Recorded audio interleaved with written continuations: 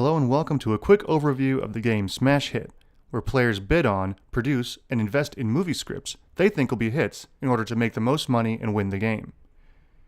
Each script is based on a real movie, and its profitability based on the movie's actual box office, but you won't know the identity of the movie until the end. Here are the components of the game. The script, a container that holds and reveals movie cards. Movie cards represent specific movies up for production and feature information that can help players make the decision on whether or not to bid or invest. Industry cards are cards that players can use at various stages of the game to sway the game in their favor. And award cards award money for successfully meeting criteria at the end of the game.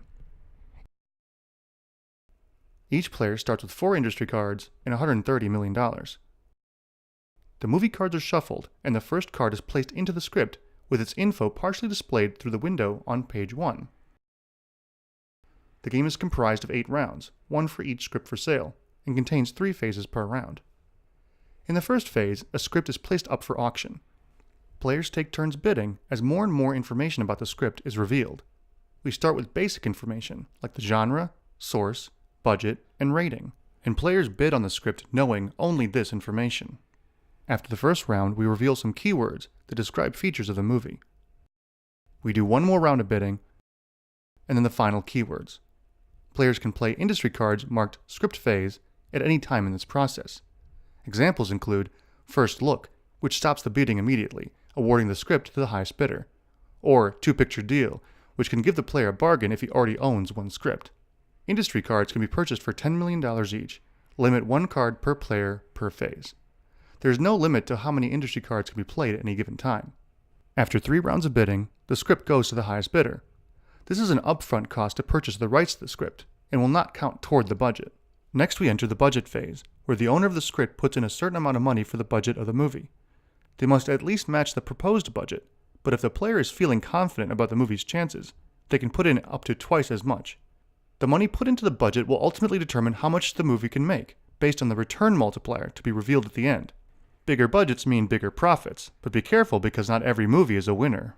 For example, if the return multiplier is revealed to be 2, the player will double their money.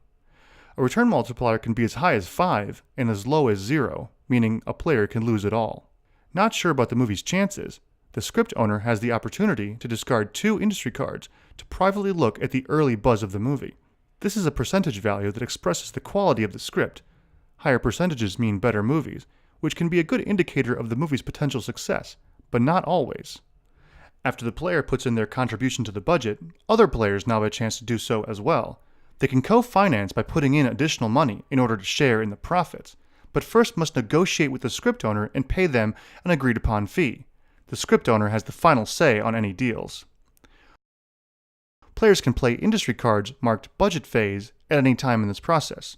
Examples include Tax Break, which allows the bank to pay for half the budget, Deal Breaker, which prevents players from making a deal, or Turnaround, which lets the player cut his losses and not produce the movie.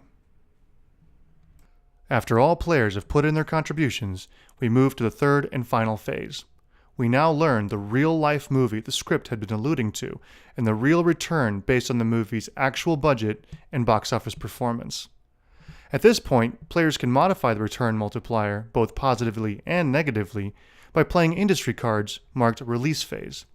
For example, the player can play the built-in audience card that can bump up the movie's success if the script is adapted, but an opposing player can play the Controversy card if the movie is rated R. There are a variety of cards that can help a movie's chances, and the cards in a player's hand could help determine which scripts they should go after. After all cards are played, players win or lose money according to the final total of all modifier cards and the return multiplier of the movie. The movie card in play is removed and given to the script owner. They keep the movie card and all industry cards played on it. This will be used to give out awards at the end of the game. This concludes the round. A new movie card is inserted into the script container. This becomes the new script for the next round, and we start back at phase 1. After all 8 scripts are purchased and produced, the game is over, and the awards are handed out. These reward players who fulfill specific criteria during the game.